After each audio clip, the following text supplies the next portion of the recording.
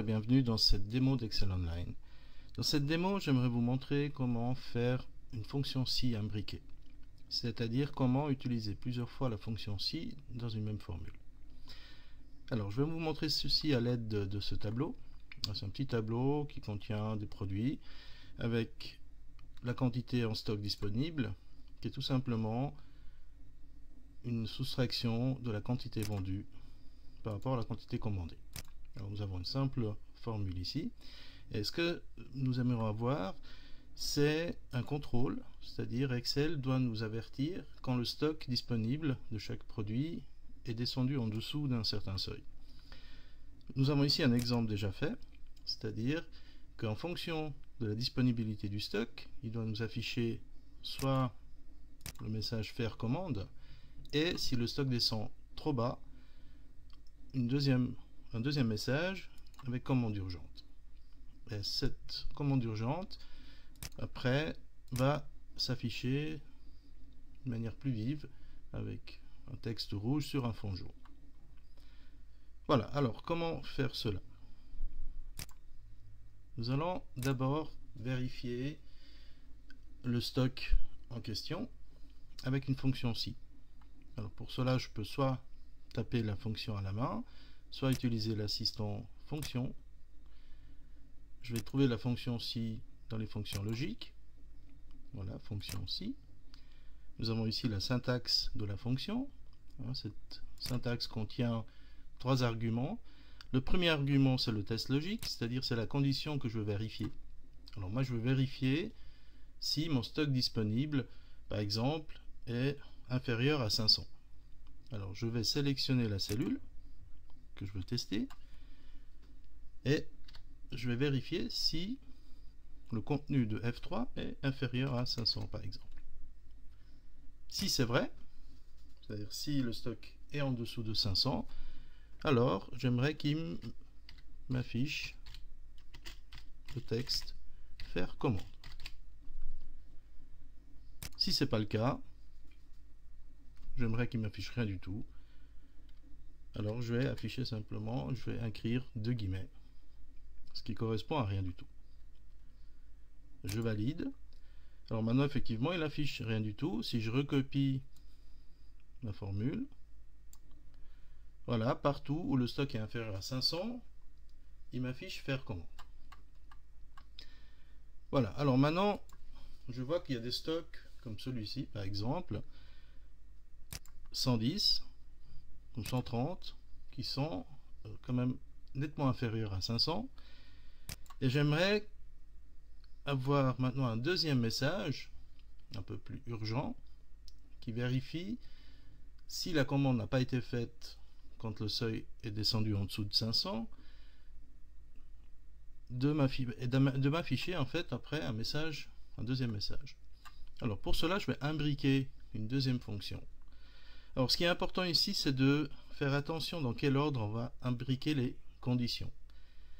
Je vais commencer par vérifier si mon stock est inférieur à 200, c'est-à-dire la condition plus restrictive. Pourquoi je mets cette condition au début? Bien évidemment, si je la mets après avoir vérifié si mon stock est en dessous de 500, bien, tous les stocks en dessous de 500, voire 50, 100, vont être détectés par la première condition, et la deuxième condition, 200 par exemple, ne sera plus détectée. Alors, je vais commencer par la condition la plus restrictive. Alors, si mon stock est inférieur à 200, point virgule, dans ce cas-là, j'aimerais qu'il m'écrive le message commande urgente, que je vais écrire en majuscule. Et là, je rajoute moi-même les guillemets.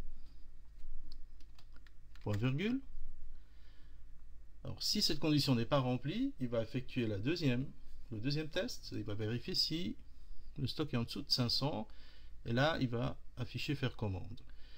Et si aucune des deux conditions est remplie, ben, il n'affichera rien du tout. Alors, comme j'ai commencé ou j'ai ouvert une deuxième parenthèse avec la première fonction si, je vais devoir fermer cette parenthèse à la fin de la fonction.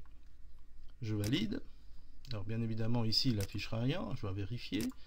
Si j'ai vendu 1600 kg, il m'affiche faire commande. Si j'ai vendu 1900 kg, il me reste que 100, commande urgente. Et je vais maintenant recopier ma fonction et je vois que partout où le stock est en dessous de 200, il m'affiche commande urgente. Voilà, maintenant nous aimerions encore faire apparaître notre message commande urgente automatiquement dans une couleur plus vive. Je vais rajouter pour commencer un fond similaire bleu partout. Je sélectionne toute la plage avec les messages. Je vais dans mise en forme conditionnelle. Je choisis règle de mise en surbrillance des cellules. Et par exemple, je vérifie le texte qui contient. Alors, je dois maintenant taper commande urgente.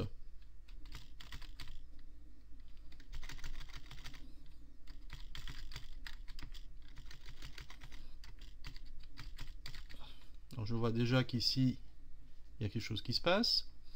Je peux soit accepter la mise en forme qu'Excel me propose, soit faire un format personnalisé. En disant par exemple, j'aimerais une police écrit en gras, rouge, sur un fond jaune. Voilà, je valide. Et voilà, et le tour est joué. Alors on va vérifier maintenant si ça fonctionne. Alors ici, j'ai encore 800 kg en stock. Si j'en vends 850, là il m'affiche déjà faire commande. Si j'en vends 1150, commande urgente. Voilà, alors nous avons vu comment faire une fonction si imbriquée et mise en forme conditionnelle qui détecte le contenu ou le texte de la cellule. Voilà, j'espère que c'était clair et à bientôt pour une prochaine démo.